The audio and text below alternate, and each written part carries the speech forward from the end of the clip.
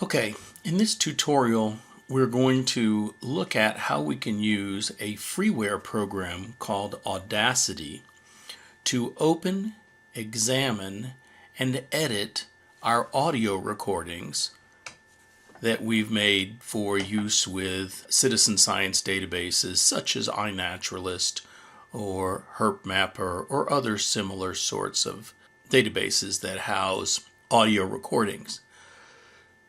So in order to do this, we need to open up a file in Audacity. So on the screen here you can see I have the Audacity program window open already. I'm going to open up a recent file from Puerto Rico in this case.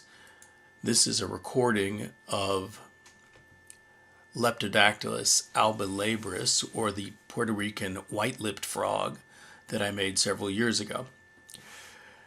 Depending on how you've got your version of Audacity set up, what you see in front of you here may be the first window, or this view of the recording that we're seeing here is called the spectrogram view. Audacity ships by default, or when you download it by default, it will usually open in this view. This is the waveform view. And to switch between the views, I did that kind of quickly, you go over to the very corner of the recording window itself, where in very small text you can see the name of the file right above where it says stereo 44,100 hertz. And if you click that little down arrow there, you'll pull up a menu of changes you can make to your particular file appearance. In this case, I've got it set for waveform. I could easily switch back to spectrogram. There's another choice, the waveform dB, but that one's difficult to utilize, I think. So let's look at the waveform view. What the waveform view represents is the relative volume of different areas of your recording. It doesn't show you the frequency or pitch of that area of the recording. It simply represents the volume. So areas where the waveform is wide, the peaks are high, like this area I'm highlighting here, are going to be relatively loud areas of the recording. In this case, I believe I was talking. Let's hear what's going on here. I'll just select a section, and I select a section by just clicking on there with the mouse and dragging. You can also use the keyboard to do that. And I'll just play this section. I'll give it a shot as I turn around again. Okay, so what we heard was me talking, and I was very close to the microphone, so the recording was very loud. If we move down to the far end of the recording, I see that the waveform is very low. This would indicate that the sound, the volume, is very low in this section. This is probably a section where I was recording frogs. Let's listen to a quieter region of the waveform. You may or may not be able to hear that, but some of the white-lipped frogs were calling in that section. So the waveform is a good way to look at the relative volume of different regions of your recording. However, I find the best way to look at a recording is to look at the spectrogram view. So I'm going to go back over to the little pull-down menu next to the file name and choose spectrogram. What this view of your recording represents is both the relative volume, loudness, and the relative frequency, the pitch of the different regions of your recording. So right now this view is rather scrunched up. I would like to make it a little bit easier to see.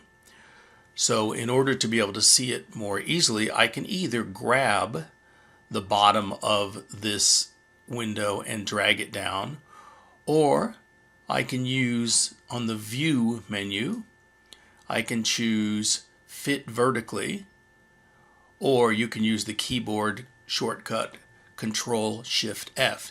Either way, it will bring down the bottom till it approximately fits the field of view of the frame.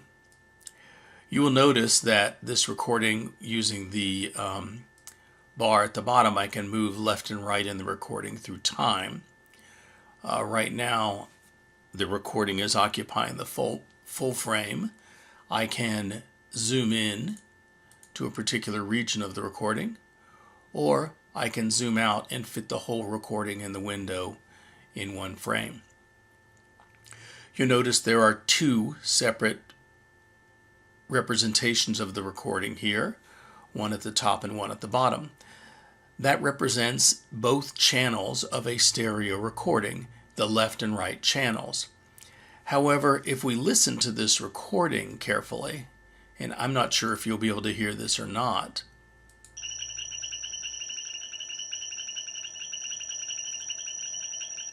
this recording is actually not a stereo recording. Yes, it has a left and a right channel, but the left and the right channels are identical. And the reason I know this is because I recorded this with a mono microphone. Because I used a mono microphone, my recorder simply took the single mono recording and placed it on both the left and right channels. So in the case of this recording, I can make it a little bit easier to see if I get rid of one of the channels and just view it as one channel. There's a couple of ways to do this. I can go back over to the menu that we've already used by the file name, and I could split the stereo track into two mono tracks and delete one of them. So now you'll see I have two separate files open, and if I close one of these, the other remaining track will be mono and only be represented by one channel. I can also, let me undo this, and it's a good time to mention you can undo almost anything in Audacity, and so you don't need to be afraid to experiment. So let's undo that split. Another way to deal with this issue is to go to the Tracks menu and convert the stereo track to mono, which will effectively do the same thing. However, it's worth mentioning that what is happening in this second choice is that Audacity is combining the two tracks. In the previous example, I split the two tracks into two separate files and closed one. You have to be careful when you are combining tracks like this. When you combine two tracks, if the two microphone signals are out of phase, you can get a cancellation. You can get a result where the resulting combined track is much quieter and even silent in some areas due to the relative position of the two mics. I'm not going to go into what phased mics have to do with sound waves, but it is something to consider when collapsing a stereo track to mono. Okay, so I've collapsed my two tracks into one, or I have split the tracks and deleted one of the two tracks so that I have my recording visible as one monaural track. And just to test this, if you press play and have stereo speakers, it should sound like it's coming from the middle. Starting a new recording for 975. I'll use the microphone this time. So what I'm going to do now, first of all, to make it easier to view, is I'm going to increase the size of the screen of the track again. So I'm going to fit vertically, Control-Shift-F, or you can just drag it down. Let's take a look at what we can see in the spectrogram. Once you've looked at a few frog or bird spectrograms, you'll begin to recognize particular patterns. This area of the spectrogram here that has these tall and very dark peaks, having recorded thousands of different field recordings like this, I know that this is a noisy area. Usually means I was walking, or more often it means I'm talking. The reason I'm talking is at the beginning or end of every one of my recordings, I include information about the date, the time, weather conditions, the species I'm recording, and most importantly, the GPS coordinates of that individual recording so that I can use it for a citizen science database or something similar. So I'm not interested in the talking part of this recording. I don't really need to keep that in the recording. So if I select this particular section here and I go up to the plus sign in the menu bar above, the plus symbol, I can zoom in to that particular time period. And I can see where the talking ends and the frog call starts. So let's play that just to show you. Give it a shot as I turn around again. Okay, so clearly I'm not interested in having, so using the Fit Project icon, the magnifying glass up the top, I've now put the view back to include the whole recording. I'm not particularly interested in having that part of me speaking. So I'm going to select all that beginning part of the recording and delete it. And I can do that by pressing delete or choosing the little scissors on the menu bar at the top, the cut, and that has removed that part of the recording. I should note here that as I cut that section off the recording, it does not affect the original file. Audacity is working on an open copy of that file, but the section I just cut still exists within the original file. When I export this file at the end, I'll be creating a new shortened version of the file. It looks like here I talked again. Let's see what I said. Okay, that's 975 again, just getting the group shot of a larger group of them in front of that house.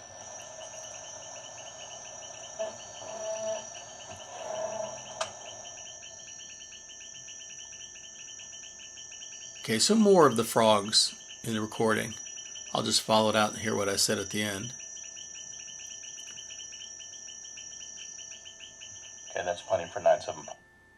Okay, so I honestly don't think that any of that part there has value. So I don't need this spoken part, so I can select it and delete it. And I don't need the text, the spoken part at the end. I can select and delete it. Let me expand my recording again. And I see that I have two sections where the frogs were calling. Now when you look at the screen here, I guess we should talk briefly about what the Audacity screen is showing you. Along the x-axis, indicated at the top, is the time frame. And so you can see this recording right now goes from 0 seconds to 24.6 or something like that seconds. In fact, if I wanted to, I could look down the bottom of the screen and see that, in fact, the recording is 24.638 seconds long. The y-axis on the left side of the screen shows you the frequency of that particular part of the recording. So the frequency scale here goes from 0 to 22.1 kilohertz.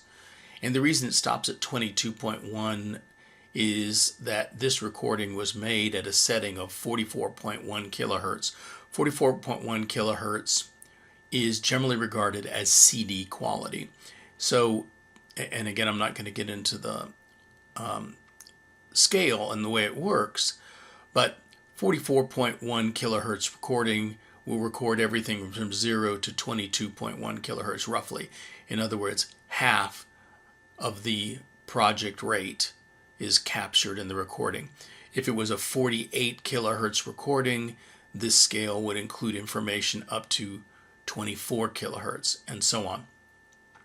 Just a quick reminder, the reason 44.1 kilohertz is used for CD quality recording is that the average human or young human can hear things up to around 20 kilohertz. Some people can hear sounds a little bit above that. As we age, of course, this number goes down.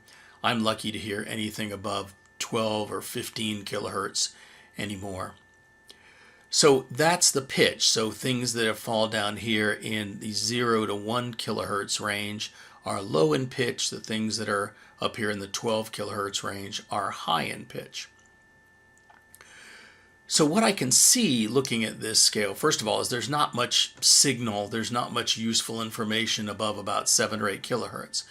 So it might be easier for me to look at this if I expand, or reduce I should say, this scale so that I'm only seeing 0 to 8 or 10 kilohertz. And I can do that by clicking on the scale. If I mouse over the scale, you'll see I'm moused over right between 0 and 1. You'll see that the mouse icon becomes a little magnifying glass. And if I click on the scale there, it will zoom in to that region. There is one caveat to that. If you click at the top between 17 and 18, up here for example, and zoom in, it zooms in centered on that particular area. So now the range shows 12 to 22 kilohertz, and there's not really any signal in there, so it wouldn't be very helpful to look at this view. So I can go back by right-clicking inside this frame or inside this scale, and it now goes back, partway back, and now I have the full scale again. So when I want to click in here, I want to hold the mouse usually down towards the bottom of the screen somewhere, bottom of the scale. Click there, and it will now magnify, in this case, between 0 and 6.1 kilohertz. And frankly, let's go back and right click a little bit here. Now I've got between 0 and 10.8 kilohertz, and that's going to cover everything I need to see on my recording. Now I need to choose. I don't need a 24-second recording, and I have two chunks of recording here that came from separate recording stops. So I'm going to delete the right half of this recording. I'm going to select it, cut it, and now I've reduced my recording to about 12 seconds. 12 seconds is a pretty good length for an identification recording on an iNaturalist or HerpMapper or other site. So the next thing I want to do is I want to clean my recording up a little bit. Let's play it and listen to what we have here. Whoops, when I click play, it didn't play because my cursor is actually at the end of the recording. So I need to click skip to the start or press home. Now the recording's at the beginning and I can play the recording.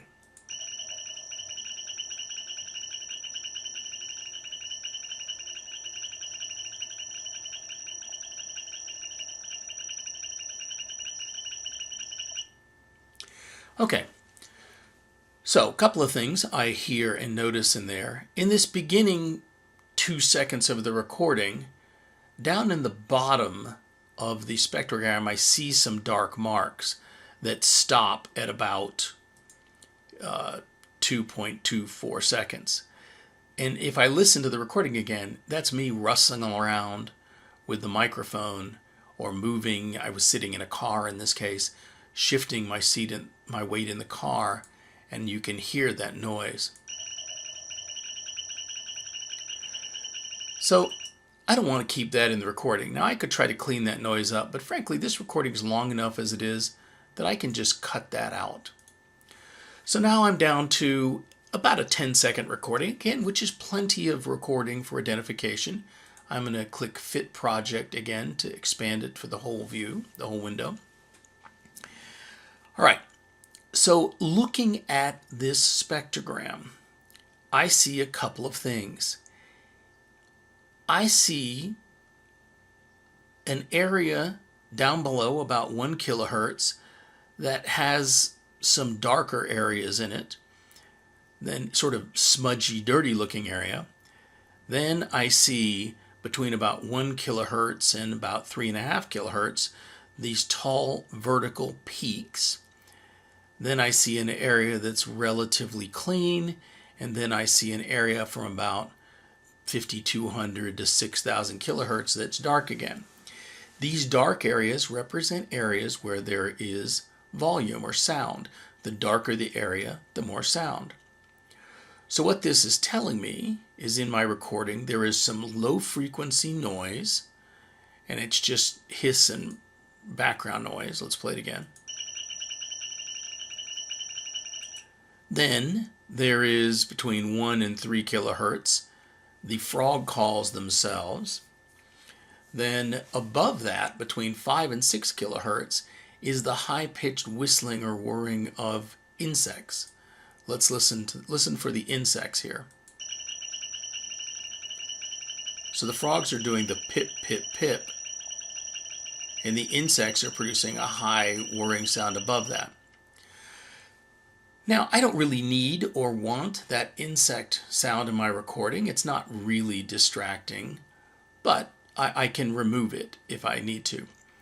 I also want to remove some of this noise, this low frequency noise, which is very common in recordings, this low frequency noise below 1 kilohertz. I'm going to get a better look at it by zooming in, so I'm going to click, holding my mouse between 0 and 5 kilohertz, or 0.5 kilohertz down the bottom. I'm going to click in here and increase the scale, so now I'm only looking at 0 to 3.2 kilohertz. The whole file still plays, but I'm only looking at the bottom of the spectrogram. So none of this noise down in this area is interesting to me. This is just background noise in the recording. So what I want to do is I want to reduce that or delete it. Now normally what you would do is you would delete it from the whole file at once. I'm going to do half the file just so we can hear what the effect sounds like. So I'm going to select the latter half of the file from about 5 to 9.5 seconds. Having selected that area, I am going to use something called a high-pass filter to reduce the low-frequency noise. This is one of the simplest ways to reduce low-frequency noise. High-pass filtering effectively removes noise below a certain threshold. So in order to use the high-pass filter, I go up to the Effect menu, and I choose High Pass Filter. Your effect menu may look a little different than mine. There is an option in newer versions of Audacity to hide or remove some of the effects to make the menu a little bit more usable, and I have hidden the ones I don't ever use. So I do use the high pass filter, and it is going to allow me to remove some of the noise below a certain threshold or frequency. So when I open the high pass filter window, I see two boxes, the frequency box and then the roll-off box. The frequency cutoff is the lowest frequency, or I should say the highest frequency that this filter is going to affect. So the way it is set right here, it will only affect things below 1000 kilohertz. Actually, that's not a bad place to start for this recording, because looking at the frog calls themselves, the little vertical upward peaks of the frogs, they start about, it looks like, 1200 kilohertz. If you look, you can see there's not really anything actually below about this dotted line. There doesn't appear to be any part of their call. So if I reduce the volume or the gain of the stuff below this, it won't interfere with my frog call. So 1000 is a pretty good spot, a pretty good place to start. If my recording had something like bullfrogs, which have a low frequency call, I wouldn't want to reduce this high. The roll-off is how much reduction you want. Effectively, how much do you want it to cut out? And a 6 decibel reduction is going to be a small reduction. A 48 decibel reduction will remove almost everything. We can visualize this. Let's go ahead and look at this. Remember, I can use the undo menu in Audacity, so I can play with this. Let's look at what 6 looks like. So what you can see is that, comparing it to the unselected area, down in this lower region here, below about 200K, or 0.2 kilohertz, 200 hertz, there has been a lightening. We have reduced some of the noise. Let's undo that. Go to the Edit menu and hit Undo High Pass Filter, or Control Z. Let me go back and do the high pass filter again, but now let's do 48. Let's see what this does. And what you can see has happened is it's removed pretty much silenced the recording below about 800 hertz. So let's listen to what it sounds like.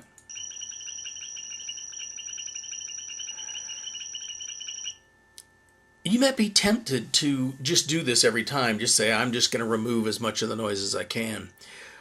But one of the things that the human ear likes is the human ear likes a bit of noise in a recording. It likes a little bit of particularly low frequency noise.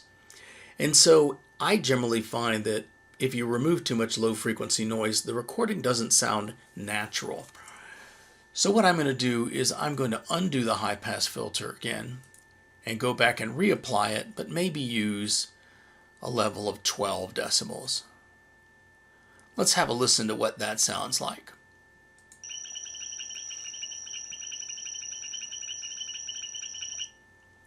Okay, now let's listen to the whole recording, because remember, I just did that to the latter half. See if we can detect the difference.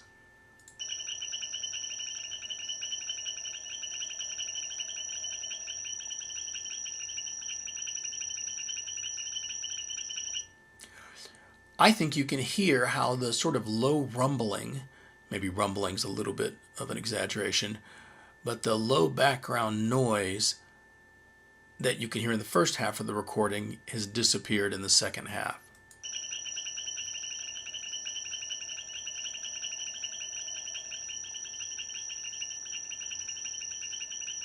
It's not completely gone, but I think it's better. So what I'm going to do is edit, undo the high pass filter, select the whole file, and then reapply it. Notice it kept the last settings used. So I've now got the low frequency noise removed. This band you see right here above between 1,000 or 1 kilohertz and 1100 hertz right there, that's some sort of electronic noise. It could be the microphone give me that noise. There's a couple of tools I can use to remove that. I can show you one now. The newer versions of Audacity have a tool that if you click and select somewhere, you see that horizontal line. I can actually select just that band. So what I've done is, let me zoom in to that area. I can select just this dark band. Move this up and down a little bit. It tends to jump to the nearest noise level. It's being a little bit difficult. But I could literally go in and filter out just that one noise using something called the Spectral Edit Multi-Tool. It's a very useful tool that you have to enable within Audacity, but worth enabling.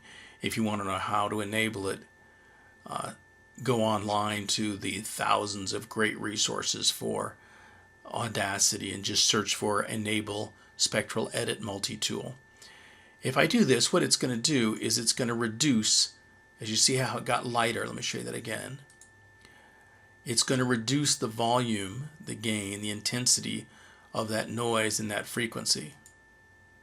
So it's just reduced just that little bit of noise. I don't know if we actually could hear that. You may be able to see where it's reduced it. A little light band right there. Whether we could have heard that in the final recording or not is questionable. So we've removed our low frequency noise and can now hear our white-lipped frogs calling quite nicely. I actually find the high-pitched whine of the insects a little bit obtrusive in this recording. And so I would like to reduce the intensity of that high pitch. There are a variety of different tools available in Audacity to do that. One of the tools I could use is the Spectral Edit Multi-Tool. I could literally just put my mouse in the middle of that high-pitched insect whine and take the selection tool and sort of encompass it. Go Effect, Spectral Edit Multi-Tool, and that has reduced the frequency. Now the insects won't be as, reduce the loudness. And you can see that they're far less obtrusive. So that's a pretty quick fix. You could, if you wanted to get a little bit more out, put it sort of in the middle of that dark band and repeat spectral edit multi-tool, and now they should be even less noticeable. Notice you can actually hear the trill-like call of that other cricket more easily now. So you can hear this trill-like call that's a little bit lower in frequency. It sounds like a high-pitched cricket whirring, which is what it is. Anyway, I find that's not very obtrusive. It's not interfering with my ability to listen to the part of the call that I want. Now what I want to do is I want to amplify the call, because natural history recordings or nature recordings are generally fairly quiet. And so I'm going to use the amplification tool. I'm going to Effect, Amplify. Now, the default value that Audacity gives you will take the peak volume amplitude and set it so that the peak amplitude is 0. Now, amplitude in decibels are generally measured in a negative scale. I won't get into the math and physics of that because it's stuff I don't need to know. But basically 0 is the maximum amplitude or volume I can achieve without clipping or without destruction of the signal. Let me show you another way to see this. I'm going to cancel that. I'm going to go back to this menu on the upper left side of the screen and switch to the waveform view. Here's our recording in waveform view. Remember what we're seeing here, the height of the peak is the volume of that particular part of the recording. Or the amplitude of the peak is how loud it is. So you can hear a few pips here. So when I amplify, if I choose the value it suggests, what it will do is increase the volume until the highest peak reaches the very top and very bottom here. Let me show you. That has amplified it as much as it can, and notice this loudest peak is now touching the bottom of the screen in this case, has now reached the maximum amplitude it can without distortion. This could be really loud, but let's listen to a short section. Okay, and it's not obnoxiously loud. Let's give it a little bit more here. Now you certainly can hear the frogs a little bit better now. However, I think that generally for natural history recordings, you don't want them to be that loud. So I'm going to undo Amplify, and I'm going to redo it. So I'll go back to the Effect Amplify menu. I'm going to redo it, but I want the new peak amplitude to be about -6 decibels. And I can do this several ways. There's a slider here. I can slide the slider. So I can slide it down here until the new peak amplitude is around -6. Or the easier way to do it is just type -6 in here. And now you'll notice the highest peaks reach just about -6. Let's listen to what this sounds like at this volume. To my ear, at least, go back and listen to the whole thing.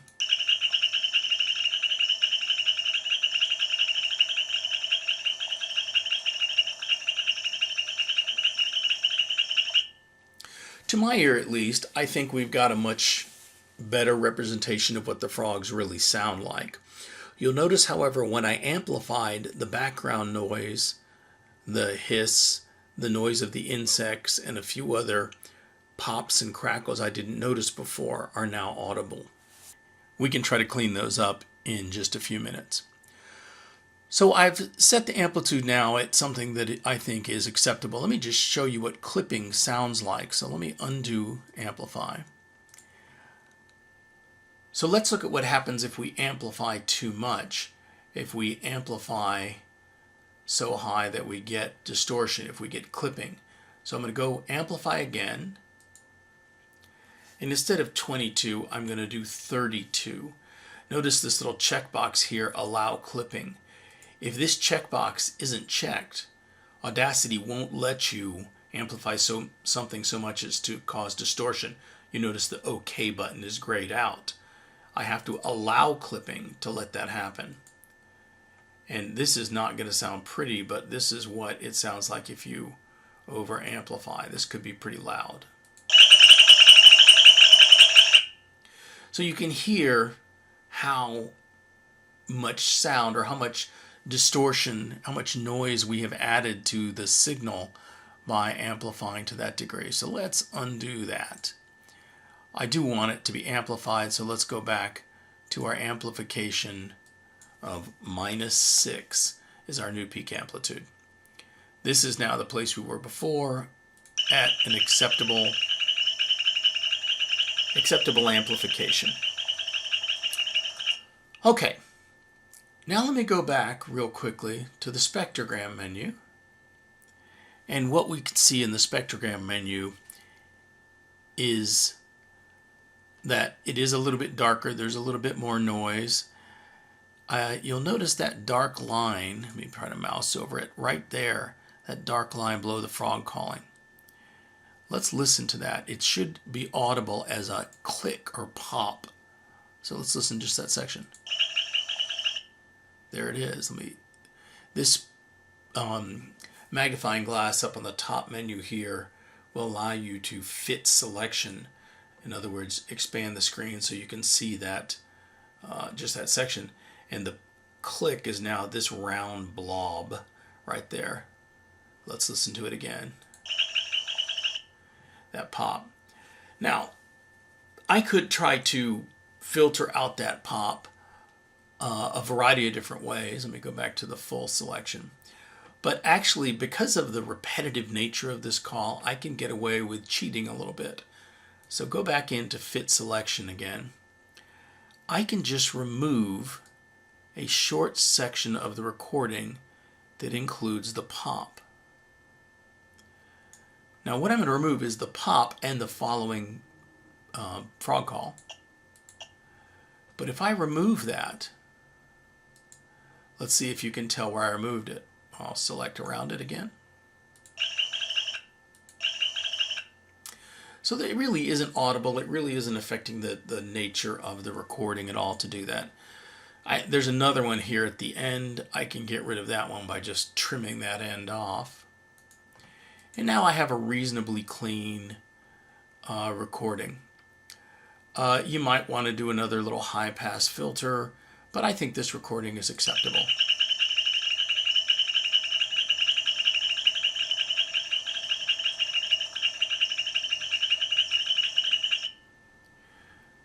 So now I can take this recording and export it as an MP3.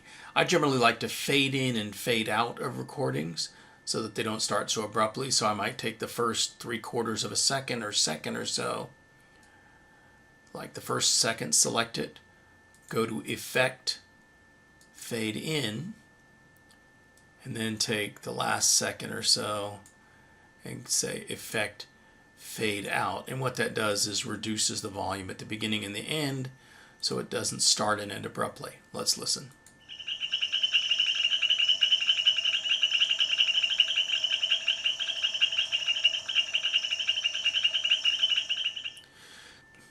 So I think you can agree we have isolated the important part of our call, cleaned it up a little bit, shortened it, and now this short recording can be exported to a small MP3 which can be easily uploaded to iNaturalist or HerpMap or other such citizen science databases and document this recording, document this frog chorus for perpetuity. So to do that, I need to export it as an MP3. I can either say export audio or export selected audio. The difference is export audio exports this whole file that's saved here, or the whole 9 seconds that's here. Export selected audio would export just a selection of it. If we hadn't deleted sections from the whole original 2.5 minute file, I could select just the part I want to export. So in this case, it makes no difference. So I'm going to export audio. It's going to export it to the wrong folder for me. So I want to put it in, I'll just put it on my desktop for the time being. And I might want to rename the MP3, doesn't matter. And in this case, I recorded it in 2016, I believe. 2015. And if I wanted to, I could put in the MP3 tags, put an artist name, track title, track number, genre, etc. I won't do that for this recording, but it is an option available in Audacity. Click OK, and it is now exported the MP3 of this recording.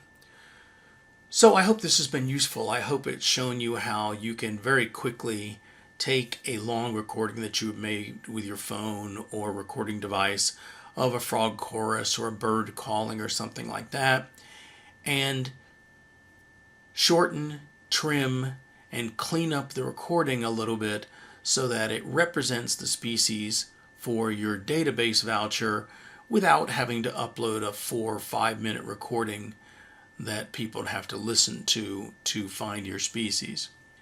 I hope this has been helpful.